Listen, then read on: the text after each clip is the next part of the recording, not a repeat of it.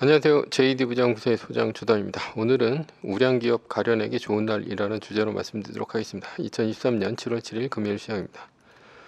2023년 7월 JD 부장부서 25기 공지를 합니다. 주식 강의는 이번 주 일요일까지 모집을 하니 관심이 있으신 분들은 동영상 아래 링크를 참조해 주시기 바랍니다. 작은 돈 투자는 그냥 하시고 큰 돈 굴릴 때는 정확한 최신 버전 매뉴얼로 투자하시기 바랍니다. JD 부장부서 유튜브 멤버십은 영상 및 링크를 타고 가입하시면 됩니다. 뉴욕 마켓워치 고용시장이 좋아도 문제, 주식 채권 달러 떨어졌다라는 기사가 있는데요. 어제는 나스닥이 0.82%, S&P 500 지수는 0.79%, 다우존스 지수는 1.07% 하락하며 3대 지수 모두 하락했습니다. 메인 이슈입니다. 우량기업 가련에게 좋은 날. 사실 어제는 주식이 떨어질 일이 별로 없는 하루였습니다. 그런데 ADP 전미 고용보고서가 예상치인 22만 명의 2배인 49만 7천 명 증가했다는 소식에 주가가 떨어졌습니다. 고용이 증가하면 연준이 얘기한 대로 연내에 2번 금리 인상을 하며 긴축할 것을 예상해 주가가 떨어졌습니다. 그러나 ADP 전미 고용보고서는 그리 중요한 보고서가 아닙니다. 사실 오늘 발표되는 비농업 고용 보고서가 더 중요합니다. ADP 전미 고용 보고서를 보고 떨어진 것은 왜일까요? 가뜩이나 높았던 증시에 투자자들이 고용이 좋았다는 핑계로 판 것이 아닌가 생각합니다. 오늘은 우량기업 찾기 좋은 날입니다. 왜냐하면 대부분 떨어지는데 오늘 오른 종목은 이런 악재를 뚫고 오른 종목이기에 펀더멘탈이 탄탄하거나 호재가 있는 종목이기 때문입니다. 그런 면에서 오늘 오른 애플, 마이크로소프트가 좋은 종목이라 할 수 있습니다. 지금 연준은 2번의 금리 인상을 앞두고 있습니다. 연준이 이미 기준금리 5%에 도달했는데 2번 더 금리 인상을 예정하고 있죠. 금리 2번 인상을 한다면 그래도 버틸 종목은 무엇일까요? 미래가 있으면서도 현금 유동성이 높은 우량 주식이라 할 수 있습니다. 그런 주식이 바로 매그니피센트 7 종목인 엔비디아, 테슬라, 메타, 애플, 아마존, 마이크로소프트, 알파벳이죠. 그 중에서도 오늘 애플과 마이크로소프트만 올랐습니다. 애플은 현금 유동성이 풍부합니다. 엄청난 영업이익으로 거둔 현금 유동성을 이용해 매년 시가총액의 3에서 4%를 자사주 매입을 해서 소각하고 있습니다. 게다가 iOS 서비스 생태계가 탄탄합니다. 애플이 하드웨어 기업으로 알고 있지만 사실 애플의 서비스 부분의 영업이익은 구글의 영업이익에 육박합니다. 게다가 앞으로 내놓을 비전 프로도 애플 생태계에 한몫을 할 것으로 보입니다. 단독 삼성전자 XR 헤드셋 개발 연기 전면 재검토라는 기사가 있는데요. 애플이 내년 비전 프로의 생산량을 크게 줄인다는 소식에 삼성전자는 XR 헤드셋 개발을 전면 재검토한다는 소식입니다. 애플이 경쟁자들을 따돌릴 요량으로 비전 프로 생산량 감소 뉴스를 흘리지 않았나 싶습니다. 애플이 생산량 감소 뉴스로 경쟁자의 견제를 제대로 한 셈입니다. 애플은 시가총액 부동의 1위 기업이며 세계 최고의 기업입니다.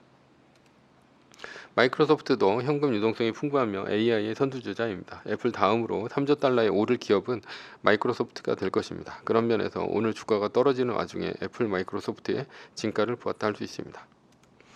연준이 금리를 앞으로 2번 더 올린다고 했죠. 이렇게 연준이 금리를 올릴 수 있었던 것은 탄탄한 미국의 고용과 소비 때문입니다. 게다가 이렇게 높은 금리에도 주가가 떨어지지 않는 이유는 고용과 소비가 주가를 받쳐주고 있기 때문이죠.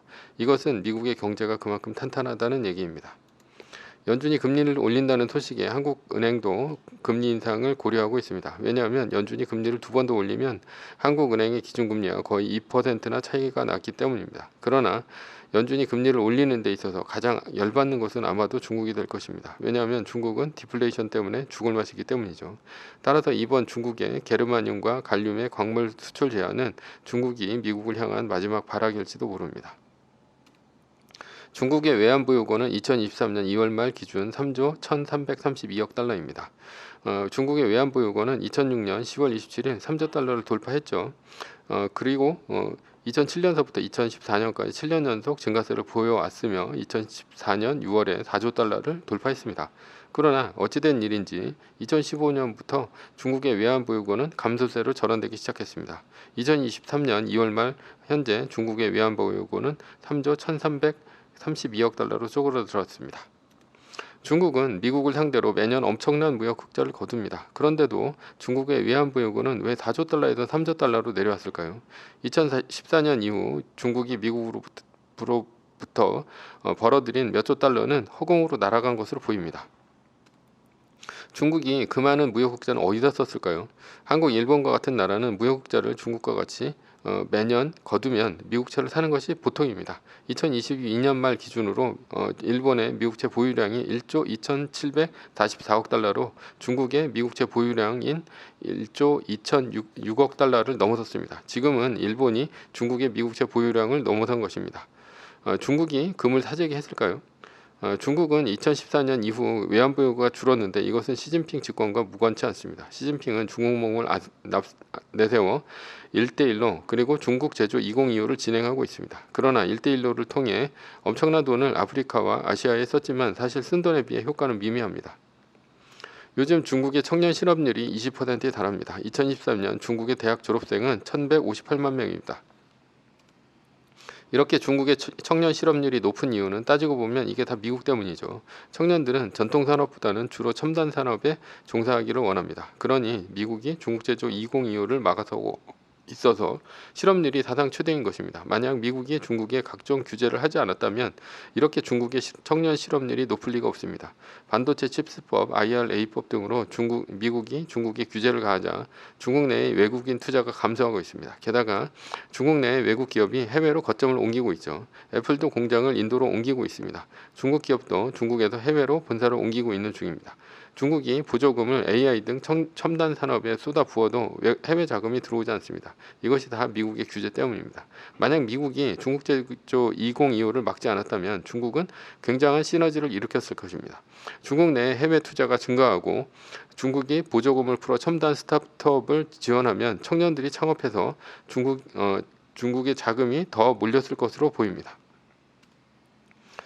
게다가 연준이 금리를 더 올리니 가뜩이나 막힌 해외 자금이 중국에 더 투자를 못하고 있습니다. 지금은 주로 MMF 등 단기 유동 자금화가 되거나 미국의 매그니피센트 세븐과 같은 우량 기업으로 몰리고 있습니다. 즉 미국은 금리를 올리고 중국의 첨단 산업에 규제를 가하면서 중국의 신성장 동력은 막아놓고 해외 자금이 중국으로 못 들어가게 하고 있는 중입니다. 연준의 기준금리 인상이 중국의 첨단 산업을 막고 디플레이션도 가중시키는 중입니다. 예전에 현 재무장관인 옐런이 연준 의장으로 있을 때 베이비 스텝으로 금리 올리다가 중국이 요청을 해서 금리 인상을 중단시킨 일이 있습니다. 그러나 지금은 미국이 중국 눈치 보지 않고 금리를 끌어올리는 중입니다.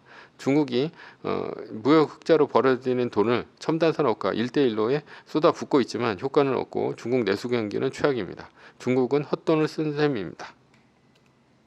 반면에 미국은 내년에 주가가 더 오를 것 같습니다. 미국의 대통령 선거가 있고 연준은 내년에 금리 인하가 예정되어 있기 때문이죠.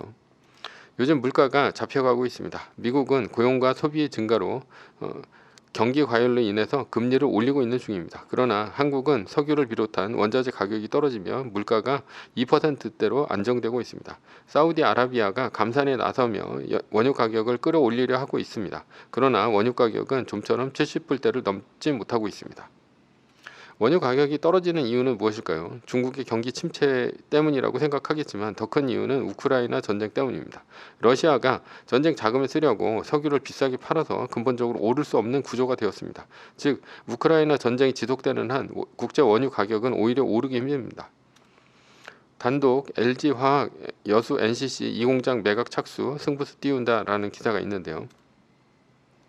이번에 LG화학에서 전남 여수의 NCC 2공장을 매각하려 하고 있습니다. 이유는 중국의 석화단지 증설 때문이기도 하지만 중국, 인도가 싸게 러시아 원유를 싸게 사서 가공해서 팔기 때문입니다.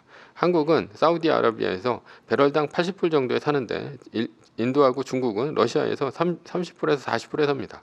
그러니 애초에 가격 경쟁이 안 됩니다.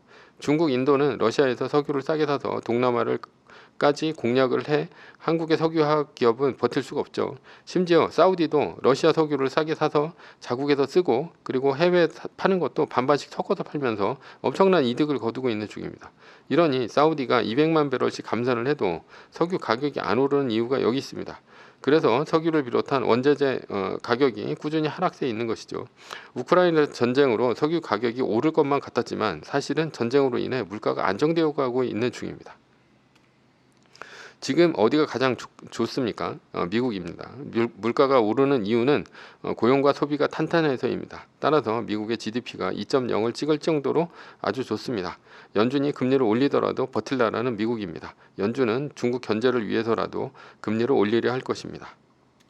결론입니다. 세계에서 미국의 경기가 가장 좋고 주식도 좋습니다. 내년에는 선거, 금리나 물가 안정 등으로 더 좋을 것 같습니다. 그 주식 중에서도 매그니피센트 세븐이 가장 좋고 그 중에서도 오늘 오른 애플과 마이크로소프트가 가장 좋습니다. 결국 애플과 마이크로소프트에 투자를 해야 합니다.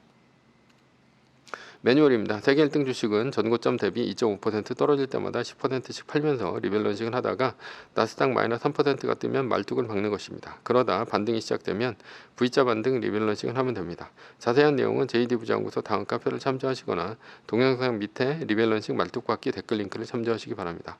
전제는 세계 1등 주식은 우상향 합니다. 매뉴얼을 지키며 세계 1등에 투자하면 매년 25%의 복리로 10년간 10배, 20년간 100배로 재산을 불릴 수도 있습니다. 위의 상황은 매뉴얼일 뿐입니다. 따를 사람은 따르고 참고할 사람은 참고하시면 됩니다. 주식을 사고 파는 것에 대한 모든 책임과 이득은 본인에게 있습니다. 매뉴얼을 지키려면 머리를 쓰지 말고 머리를 쓰려면 매뉴얼을 지키지 맙시다. 오늘은 우량 기업 가려내기 좋은 날이라는 주제로 말씀드렸고요. 지금까지 JD부장구소의 소장 조단이었습니다. 컨텐츠가 좋았다면 구독, 좋아요, 알람 설정 부탁드립니다. 지금까지 들어주셔서 감사합니다.